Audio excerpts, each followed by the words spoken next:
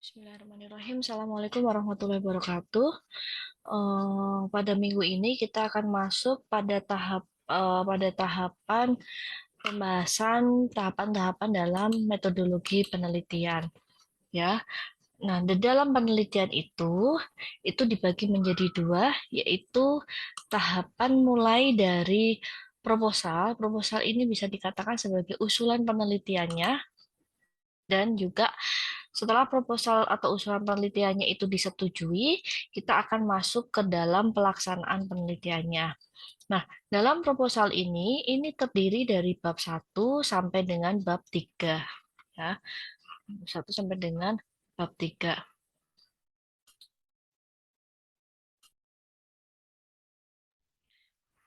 Nah, apa aja yang ada di dalam proposal itu mulai dari latar belakang, ke landasan teori, sampai dengan pada metodologi penelitian. Nah, pada pelaksanaan penelitian ini terdiri dari bab 4 dan juga bab 5. Ya, ini dari hasil pembahasan dan juga kesimpulan saran. Hasil pembahasan ini bisa terkadang dipecah menjadi dua ya, pengolahan dan pembahasan, tetapi ada juga yang digabung menjadi satu. Nah, kita masuk ke dalam proposal penelitian. Ya, apa saja yang ada pada bab 1? Bab 1 itu yaitu pendahuluan. Ya, di dalam pendahuluan seharusnya atau setidaknya itu harus terdiri dari tiga subbab, yaitu latar belakang, rumusan masalah, dan juga tujuan penelitian. Ini nanti akan saya jelaskan satu persatu apa saja yang harus ada di dalam latar belakang, apa saja rumusan masalah dan tujuan penelitian. Nah, ada juga yang biasanya ditambahkan dengan batasan masalah ya, batasan masalah dan juga asumsi gitu. Nah, pada bab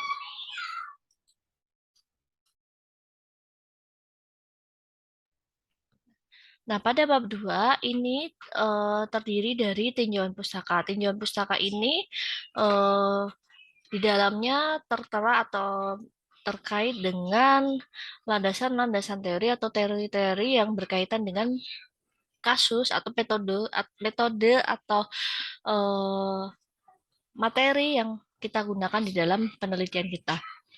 Nah, dalam bab 3 ini membahas tentang metode penelitian, mulai dari data apa saja yang digunakan, analisis datanya apa saja, diagram alur penelitian, sampai dengan objek dan sebagainya. Nanti kita akan bahas satu-satu. Nah, selanjutnya ditutup dengan daftar pustaka. Daftar pustaka ini tidak hanya kaitannya dengan tinjauan pustaka, tetapi apapun kutipan atau literatur yang digunakan, misalkan berada pada bab 1 sampai dengan bab 3 itu ada menggunakan kutipan, ini harus semua terdapat di dalam daftar pustaka. Nah, dalam pelaksanaan penelitian ya, kita mulai dulu sebelum kita menentukan atau kita sebelum menulis bab 1 sampai dengan bab 5, kita lihat dulu, kita lakukan studi pendahuluan dulu. Ya, nah, dari studi pendahuluan ini untuk menemukan apa? Untuk memperdalam kita menganalisis awal terkait dengan kasus yang akan kita selesaikan. Nah, studi pendahuluan ini bisa kita temukan ya, mulai dari hal-hal yang relevan dengan masalahnya. Ya, kita bisa analisis langsung di lapangan atau kita bisa jadi menemukan dari orang lain yang sudah berhasil memecahkan masalah yang sama, relate dengan penelitian yang akan kita lakukan. Soalnya kita bisa gambarkan dulu di dalam rich picture ya. Rich picture ini memuat juga mulai dari kasusnya itu apa ya, kasusnya apa, penyelesaiannya bagaimana, metode apa yang digunakan, ini semua bisa kita gambarkan di dalam rich picture. Nah, selanjutnya kita bisa masuk ke dalam proposal. Proposal ini mulai dari bab 1 sampai dengan bab 3. Di dalam pendahuluan, kita harus utarakan dulu latar belakangnya apa. Kita menganalisis kasus tersebut, kita mengangkat kasus tersebut. Rumusan masalahnya bagaimana? Tujuan dari penelitian kita itu apa? Nah, selanjutnya kita masukkan tinjauan pustaka di sini, ya. atau landasan-landasan teori atau literatur yang kaitannya dengan penelitian kita. Ya, di bab 3 ini metode penelitian, ini mulai dari objek penelitian kita, data, data itu ada data primer, ada data sekunder, ya, analisis datanya, dan sampai dengan diagram alir penelitiannya bagaimana. Yang keempat, kita sudah mulai masuk ke dalam pengolahan datanya. Jadi hasil penelitian ini masuk dengan pengolahan data, ya, pengolahan data, hasil pembahasannya bagaimana. Nah, ini biasanya bab 4, bab 5 ini bisa dijadikan satu, ya, pengolahan data dan pembahasan, atau bisa juga dipisah. Terus selanjutnya kesimpulan saran. Nah, ada catatan di sini. Ini kita harus menganalisis betul-betul metode apa yang akan kita gunakan. Nah, tujuan atau hasil apa yang nantinya kita akan capai, atau bisa juga hasil apa yang telah dicapai dengan kasus yang eh, sama dengan atau hampir sama relevan dengan penelitian kita, metode yang sama dengan penelitian kita, itu hasilnya apa sih yang biasanya yang dicapai. Bagaimana dari penelitian itu yang belum terselesaikan. Penelitian itu tidak harus menyelesaikan sampai dengan titik finalnya, atau tidak harus hipotesisnya itu terjawab, ya. Misalkan ada hipotesis yang pertama, terdapat relevansi atau hubungan antara motivasi karyawan dengan bonus. Satunya tidak ada. Nah, ini bisa juga. Nah, kalau memang tidak tercapai atau tidak ada hubungan, ya, ini kita bisa analisis atau buat atau dimasukkan di dalam saran. Kenapa sih penelitian itu belum terselesaikan? Dan hambatan apa yang telah diambil untuk mengatasi hambatan penelitian itu? Nah, ini bisa kita gunakan sebagai acuan pembuatan gap penelitian yang kita lakukan. Nah, kenapa kita harus melakukan studi pendahuluan? Ya, melakukan studi pendahuluan ini memberikan beberapa manfaat. Yang pertama, mengetahui dengan pasti apa yang akan kita teliti. Kita lebih paham, kita lebih memahami dengan pasti kita itu akan meneliti apa, objeknya itu apa, di mana kita harus mencari informasi dalam mencari data itu, kepada siapa kita harus mencari data tersebut, bagaimana cara memperoleh data dan informasi tersebut, ya, dengan cara apa untuk menganalisis data tersebut, dengan cara yang bagaimana, ya, dan bagaimana kita harus mengambil kesimpulan serta memanfaatkan hasil itu, ya, itu. Nah, ini manfaat dari studi pendahuluan. Nah, kita masuk ke dalam, sebenarnya ini sudah disinggung juga pertemuan kemarin, ada beberapa topik-topik implementasi teknik industri. Ya, saya tidak akan bahas secara detail. Yang pertama, kita bisa mengambil topik-topik teknik industri itu kaitannya dengan perencanaan pemilihan metode kerja yang efektif dan efisien dalam proses produksi.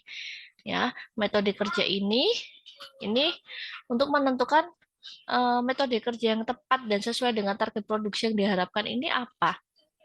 Ya, yang kedua, pemilihan dan perancangan fasilitas kerja serta peralatan yang dibutuhkan dalam proses produksinya. Ya, ini kita bisa memilih peralatan yang tepat dalam mengeksekusi suatu pekerjaan itu menjadi suatu hal yang penting. Ketika kita salah untuk menentukan peralatan yang tepat itu, atau menentukan letak fasilitasnya yang tidak tepat, itu juga akan mengurangi efektivitas, efisiensi, dan juga produktivitas dalam bekerja. Ya. Yang ketiga, desain fasilitas pabrik. Nah, ini termasuk perencanaan tata letak fasilitas produksinya, peralatan pemindahan bahan bakunya, dan juga fasilitas-fasilitas untuk penyimpanan bahan baku atau produk jadi. Ya. Yang keempat, desain dan perbaikan sistem perencanaan dan pengendalian untuk distribusi barang jasa produksi, mulai dari pengendalian persediaannya, pengendalian kualitasnya, dan reliabilitasnya. Ya, ini untuk mengkaji alur pasca produksinya. Pada poin ini, seorang ahli teknik industri ini berperan dalam menata sistem distribusinya dan sistem manajemen pasoknya. Ya, yang kelima adalah pengembangan sistem pengendalian ongkos produksi serta pengendalian budget, analisis biaya. Kita juga bisa menganalisis atau melakukan evaluasi ya, pengendalian ongkos kaitannya dengan biaya produksi. Oke. Nah, penelitian dengan pengembangan produk ini banyak sekali yang kita bisa teliti dalam desain, misalnya desain perbaikan produknya, desain perbaikan kemasan produk atau apapun itu dalam pengembangan produk. Biasanya hubungannya dengan bagian R&D.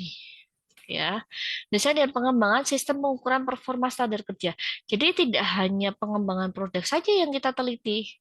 Ya, kita bisa melakukan desain bagaimana mengembangkan sistem pengukuran performa serta standar kerjanya.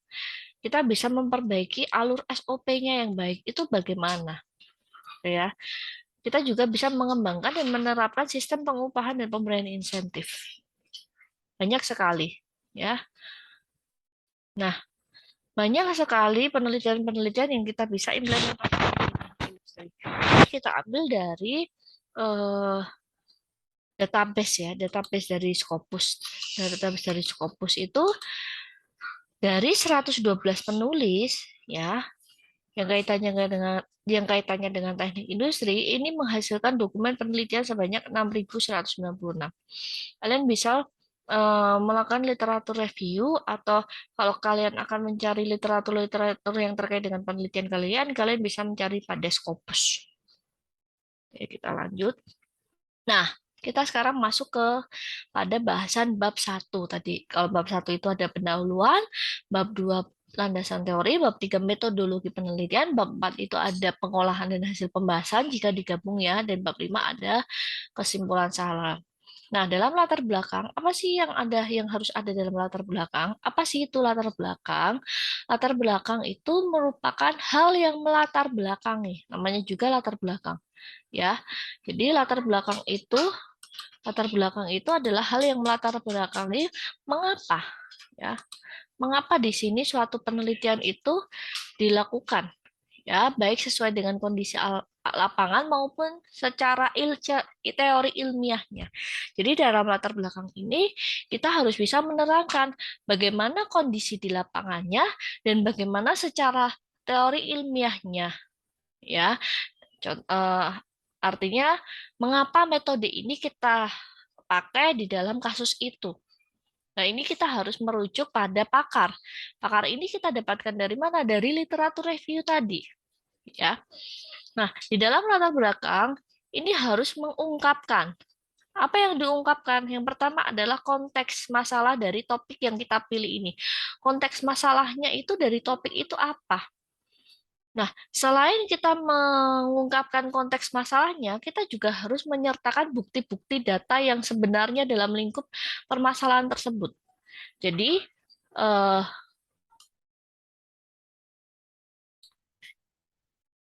Jadi, selain kita mengungkapkan masalah dari topik yang kita pilih, kita juga harus ada bukti data yang sebenarnya dalam lingkup permasalahan. Nah, ini pentingnya dilakukan studi pendahuluan tadi. Jadi harus ada bukti pendahuluan itu apa. Terus mengungkapkan apa? Konsep yang akan dilakukan dalam penelitian itu kaitannya dengan metodenya. Hubungan metode itu kenapa? Kenapa kita menggunakan metode itu? Alasannya apa kita harus menggunakan metode itu? Dan menjelaskan hubungan antara variabel yang terkait dengan yang akan diteliti. Nah, ini yang harus ada di dalam latar belakang. Jadi kita tidak hanya menceritakan secara umum, kita harus sampai menceritakan dari konteks masalahnya apa, data-data pendahuluan yang mendasari penelitian itu apa, ya alasan menggunakan metode itu, kenapa dianggap cocok itu apa, dan hubungan antara variabel yang kaitannya dengan yang akan diteliti itu apa. Nah, masuk ke dalam perumusan masalah. Nah, merumuskan masalah ini harus dengan jelas ya, karena perumusan masalah ini merupakan hal yang penting dalam penyusunan proposal penelitian. Ya, nah perumusan masalah ini ditulis dalam bentuk kalimat tanya, ya, dan nanti akan ditegaskan pada tujuan biasanya. Jadi ditulis dulu dalam kalimat tanya. Nah, bentuk rumusan permasalahan penelitian ini ada dua bentuk. Yang pertama permasalahan deskriptif, ya. Yang kedua permasalahan komparatif. Apa itu rumusan masalah dalam permasalahan deskriptif? Itu merupakan suatu permasalahan yang berkenaan dengan pernyataan terhadap keberadaan variabel mandiri, baik hanya pada satu variabel atau lebih. Contohnya apa? Seberapa tingkat efektivitas program PPKM dalam menurunkan angka positif COVID di Karawang? Contoh. Ya. Nah, permasalahan komparatif yaitu suatu permasalahan penelitian yang bersifat membandingkan. Namanya komparasi, komparatif. Membandingkan keberadaan satu variabel atau lebih pada dua atau lebih. Jadi sampelnya itu bisa dua atau lebih yang berbeda atau pada waktu yang berbeda. Contohnya, apakah ada perbedaan tingkat kredibilitas perusahaan antara perusahaan yang sudah tersertifikasi ISO dengan perusahaan yang belum tersertifikasi ISO? Ini kan membandingkan, ya. Yang ketiga, permasalahan asosiatif. Suatu permasalahan penelitian yang bersifat hubungan. Kalau tadi membandingkan, ini melihat hubungannya. Jadi beda ya, kalau tadi membandingkan, kalau ini melihat hubungannya. Ya. Nah, hubungannya ini ada tiga, hubungan simetris, klausal, dan juga interaktif. Contohnya apa? Kalau simetris, adakah hubungan antara banyaknya orang yang menganggur dengan adanya pandemi? Ini simetris. Kalau klausal, seberapa besar pengetahuan tingkat kesulitan ujian dengan nilai mahasiswa?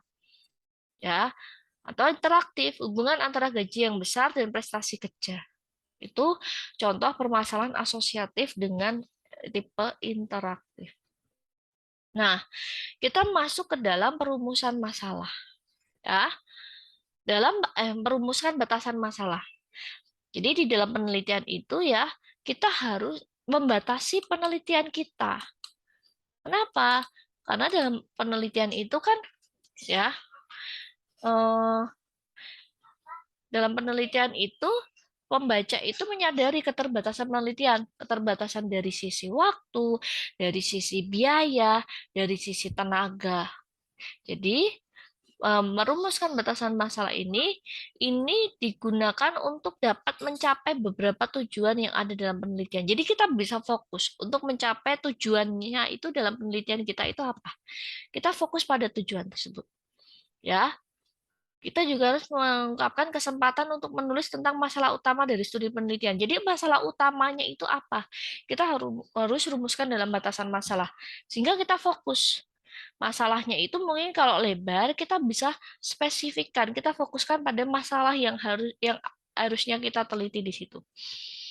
Peneliti ingin pembaca itu menyadari keterbatasan dari peneliti tersebut. Ya, dan memberikan kesempatan peneliti untuk berpikir secara kritis karena penelitiannya lebih fokus di situ. Nah, beberapa yang biasa dijadikan sebagai batasan masalah, yang pertama, perumusan tujuan dan sasaran penelitian. Ya, dalam hal ini peneliti mungkin telah merumuskan tujuan dan sasaran penelitian yang terlalu luas sehingga kita harus batasi di sini. Implementasi metode pengumpulan data. Nah, peneliti ada dalam kondisi tidak memungkinkan untuk melakukan pengumpulan data primer, sehingga di sini digunakan data sekunder. Ya, jadi datanya itu adalah data-data historis. Ukuran sampel. Nah, ini tergantung pada sifat masalah penelitiannya. Apakah penelitiannya itu adalah penelitian populasi atau penelitian sampel di situ. Nah, beberapa yang biasa dijadikan sebagai batasan masalah. Contohnya, kurangnya referensi dari penelitian sebelumnya. Misalkan referensi pada penelitian sebelumnya itu tidak banyak. Nah, jika peneliti telah berfokus pada masalah penelitian yang paling kontemporer dan berkembang, masalah penelitiannya itu terlalu sempit. Dalam ruang lingkup. Nah, ini ruang lingkup dan kedalaman diskusi ini dalam makalah peneliti dikompromikan di berbagai tingkatan dibandingkan dengan karya-karya sarjana berpengalaman. Jadi kalian dapat mendiskusikan poin-poin tertentu dari keterbatasan penelitian ini, ya, yang dilanjutkan sebagai saran untuk penelitian lebih lanjut pada bab kesimpulan dan saran pada bab 5. Ya. Yang terakhir adalah merumuskan asumsi penelitian. Kita harus ada asumsi. Asumsi-asumsi apa di dalam penelitian itu? Asumsi apa yang digunakan? Asumsi itu apa? Asumsi adalah ekspektasi nyata di mana sesuatu yang kita percaya ini. Ya, Asumsi ini digunakan untuk memberikan dasar untuk mengembangkan teori dan instrumen penelitian. Nah, pernyataan yang diterima begitu saja atau dianggap benar mungkin belum teruji secara ilmiah. Nah, asumsi penelitian ini juga sebagai sebuah titik tolak pemikiran kebenaran yang diterima oleh peneliti. Ya, jadi asumsi ini menjadi sebuah titik tolak pemikiran yang kebenarannya diterima oleh peneliti. Contohnya apa?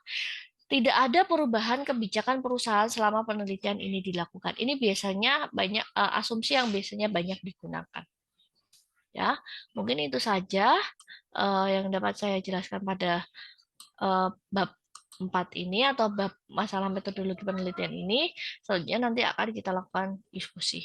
Kurang lebihnya mohon maaf. Wassalamualaikum warahmatullahi wabarakatuh.